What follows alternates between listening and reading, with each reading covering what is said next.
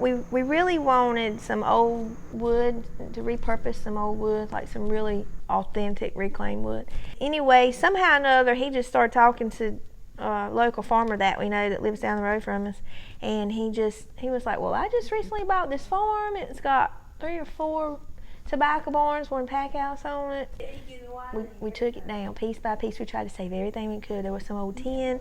A couple months after that, I think, we found out that all those barns, Wayne's great-great-granddaddy built those barns and worked out of them. That means this barn the plans for this barn was in the works like 100 years ago.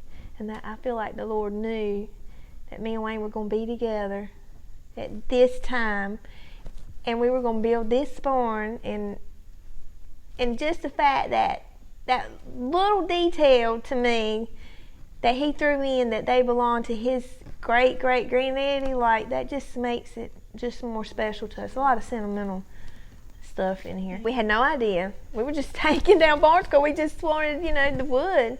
And so, that was... So when I give a tour, I always hear, well, how'd you come up with this idea, or stuff like that. And so I tell that part every time, because that's a big thing to me, and it's a big thing to him.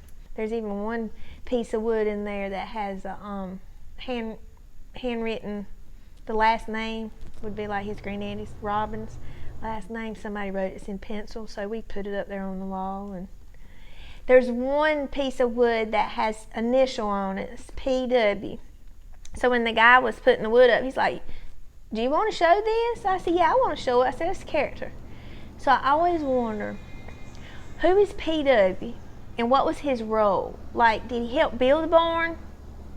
Or was he a little boy that was hanging out with his mama while his mama was working? I just always wonder what his role in that was.